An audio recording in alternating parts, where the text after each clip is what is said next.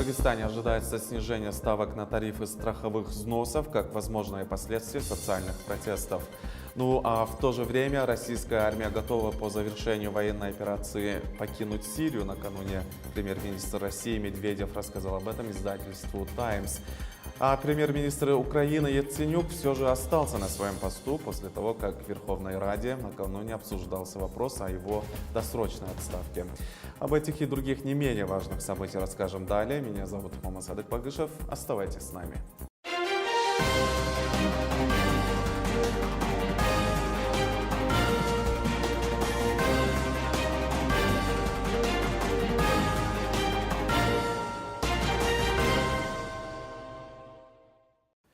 Начнем с новостей из Кыргызстана. Социальный фонд разрабатывает новый проект по ставкам тарифов страховых взносов с учетом справедливой нагрузки на каждого гражданина.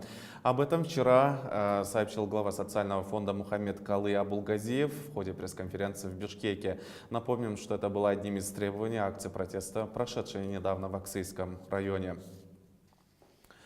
Частные банки и предприниматели примут участие в сборе средств на проведение Всемирных игр кочевников в этом году. Напомним, что 2 года назад, по окончанию Всемирных игр кочевников, представители бизнеса были заинтересованы в поддержке проекта. А в 2016 году вторые Всемирные игры кочевников пройдут осенью этого года в Иссык-Кульской области на ипподроме села Бакту-Долоноту. Ну а теперь к новостям из стран СНГ. В интервью журналу Time премьер-министр России заявил, что после завершения операции в Сирии российские войска покинут страну. По его словам, российские власти хотели бы сохранения прежних границ Сирии как единого государства, а также, что оно против хаоса в этом регионе. До этого российский премьер, выступая на Мюнхенской конференции, отметил, что отношения между Западом и Россией напоминают времена холодной войны. Все это может привести к Третьей мировой войне. До этого в интервью немецкому журналу Handelsblatt премьер-министр России выступил против проведения наземной операции Саудовской Аравии на западе Сирии. Ну а вот будущее украинского премьер-министра могла решиться на этой неделе. Во вторник Украинская Рада не смогла набрать достаточное количество голосов для отставки премьер-министра Яценюка. Инициаторам не хватило 30 голосов. Подробнее в следующем репортаже.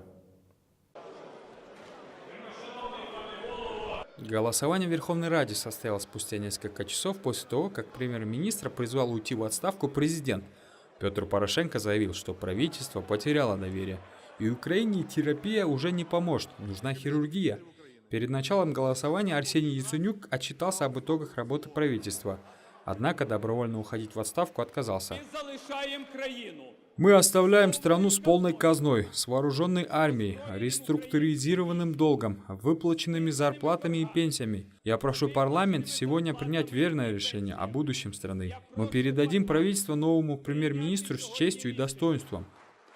После выступили несколько депутатов, многие критиковали премьера, чей рейтинг этой зимой упал до 1%. А затем Верховная Рада проголосовала. За вынесение вотума недоверия выступили 194 депутата. При том, что для запуска процедуры отставки нужно 226 голосов. Таким образом, Арсению Яценюку удалось удержать свое кресло, во всяком случае пока. Вопрос о недоверии правительству расколол практически все партии. Многие оппозиционеры голосовать отказались и покинули зал. А значительная часть партийцев, входящих в правящую коалицию, пошли против своего же лидера. За вотум недоверия выступили 97 из 136 депутатов из блока Петра Порошенко. Мы продолжаем выпуск. Согласно данным ЮНИСЕФ, ежегодно около 500 молодых людей заканчивают детские дома и учреждения интернатного типа, покинув свои учреждения и лишившись государственного обеспечения. Они зачастую не в силах самостоятельно справиться с проблемами. Представители гражданского общества озаботились вопросом будущего воспитанников детских домов. И подробнее в следующем сюжете. Благотворительный фонд «Оазис» совместно с общественным объединением «Наш голос» планирует внести изменения в законодательство для улучшения положения выпускников детских домов. Инициатива на сегодня уже поддержана в рамках программы по совместному управлению, которая реализуется при поддержке США и Великобритании. По данным ЮНИСЕФ, 11 тысяч детей и подростков в Кыргызстане воспитываются в детских домах и учреждениях интернатного типа, откуда каждый год выпускаются в среднем 450 молодых людей в возрасте от 15 до 18 лет. Большинство воспитанников детских домов – это дети, которые не поддерживают отношения со своими семьями. Покинув свои учреждения и лишившись государственного обеспечения, еще незрелые ребята зачастую не в силах найти себя в жизни.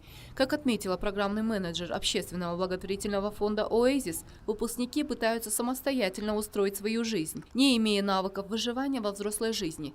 Мы им помогаем восстанавливать документы, даже иногда без свидетельства о рождении они выходят. После получения всех документов мы уже их сопровождаем в поступлении и в поисках работы.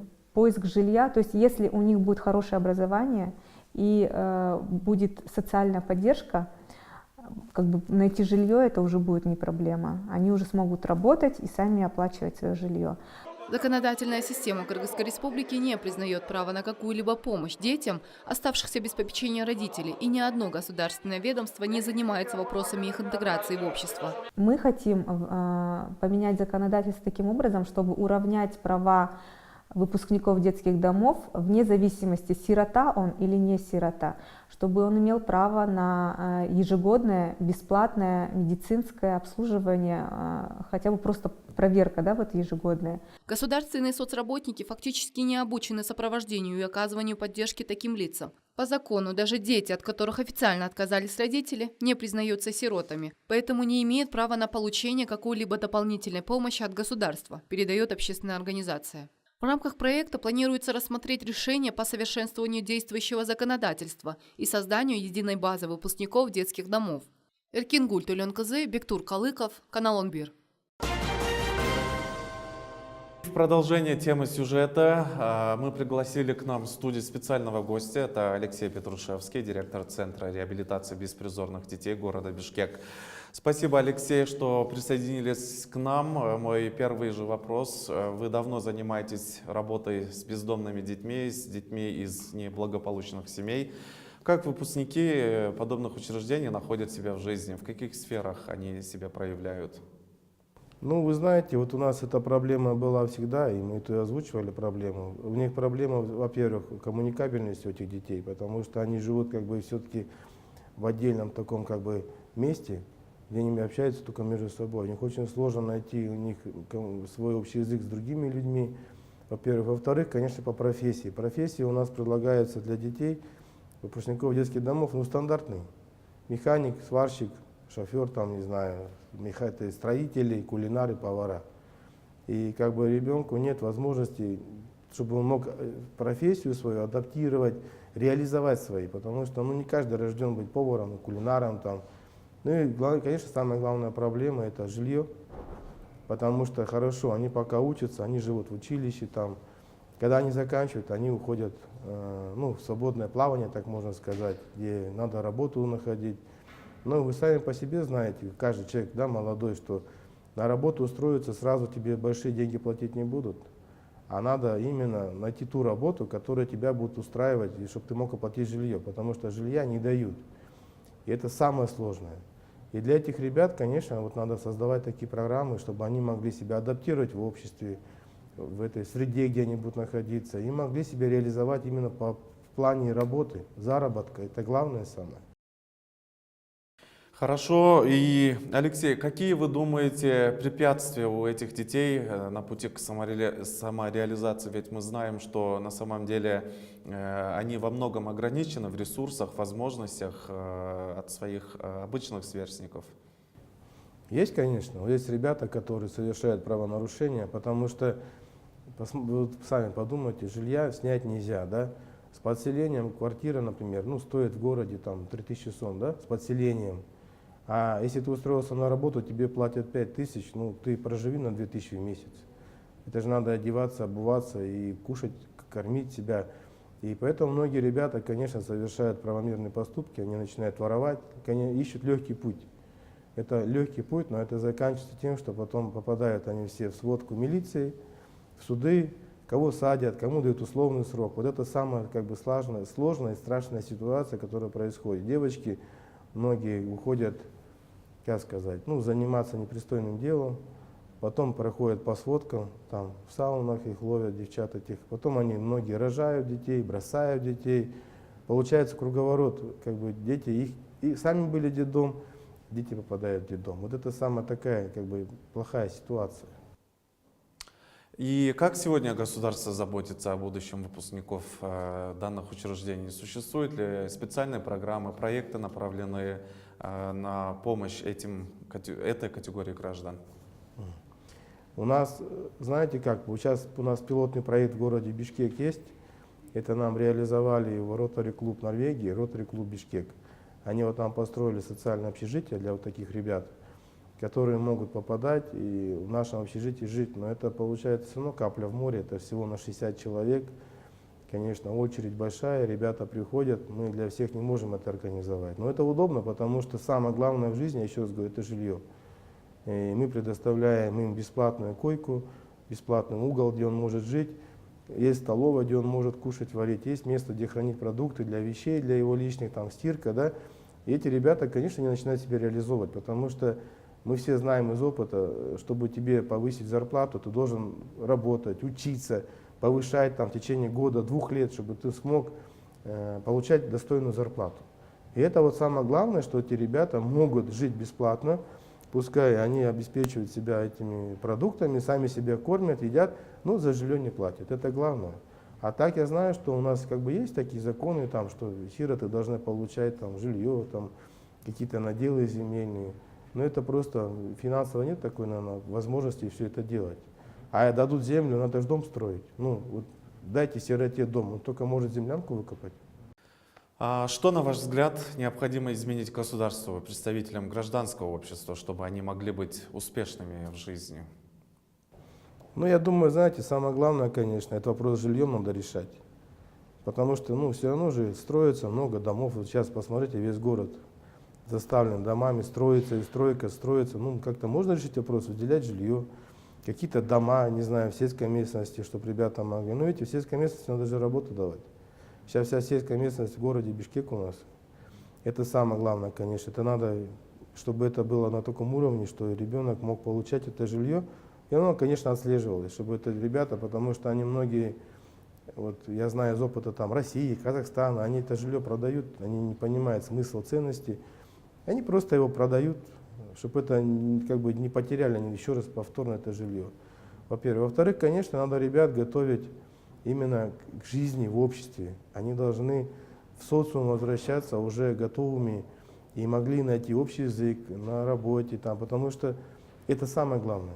Ребенка вернуть в социум, это надо, чтобы он наравне с нами общался. Это самое главное, вот эти программы должны реализовываться. Ну и, конечно, профотбор должен быть. Потому что если сделать анализ, сколько их закончило на сварщиков, поваров и кулинаров, и там строителей, сколько из них работает, то надо сделать анализ. Потому что, ну, я так думаю, вот даже мы по анализу смотрим, ну, 10%, максимум 15%, кто работает по профессии. Все остальные ребята, они потом уже по ходу своей жизни, деятельности уже сами себе еще раз меняются, получают переобучение, переквалификацию, это самое главное. Большое спасибо, что присоединились к нам. Напомним, у нас в студии был господин Алексей Петрушевский, директор Центра реабилитации беспризорных детей города Бишкек. Вы смотрите новости на канале ОНБИР. Далее в программе. В Таджикистане ввели ограничения на переводы денег в иностранных валютах, включая рубль. Теперь деньги мигрантов из России могут быть выданы только в Самоне. А по данным Организации Объединенных Наций, число жертв гражданской войны в Йемене на сегодняшний день достигло 6 тысяч мирных жителей, включая 700 детей. А студент АУЦа развеял флаг Кыргызстана в Антарктиде. Такую возможность Талгат Субаналиев выиграл в рамках тематического конкурса. А подробности далее. Национальный банк Таджикистана запретил денежные переводы в страну из России, кроме таджикских самони. Граждане недовольны этой инициативой, так как во время перевода теряется $8. Эксперты Таджикистана заявляют, что в результате инициативы банки недополучат около $50 миллионов США, а также в стране может появиться черный валютный рынок. Сейчас предпринимаются ограничения на российский рубль. В будущем это может коснуться и американского доллара, а также евро, считают эксперты. Организация Объединенных Наций сообщает о том, что с марта 2015 года в результате военных столкновений в Йемене погибло более 6 тысяч человек, 700 из которых жертвы военного конфликта дети. На сегодня в конфликте участвуют 3 стороны: силы сопротивления, сторонники экс-президента Али Абдали Салеха, а также представители президента Абдраб Мансур Хади. В сообщении говорится, что сторонников Абдраб Мансур Хадиди с земли и с воздуха поддерживают представители арабской коалиции. Арабская коалиция с марта прошлого года не прекращает авиаудары по районам, контролируемым силами сопротивления. И студент Талгат Субаналиев первым из Кыргызстана водрузил флаг на Антарктиде. Победа в международном конкурсе фотографов позволила ему достичь самого холодного континента на планете. Талгат Субаналиев планирует продолжить свое путешествие в Аргентине. Об этом он сообщил со своей страницы в социальной сети Facebook. Это были все вечерние новости на канале ОНБИР. Оставайтесь с нами.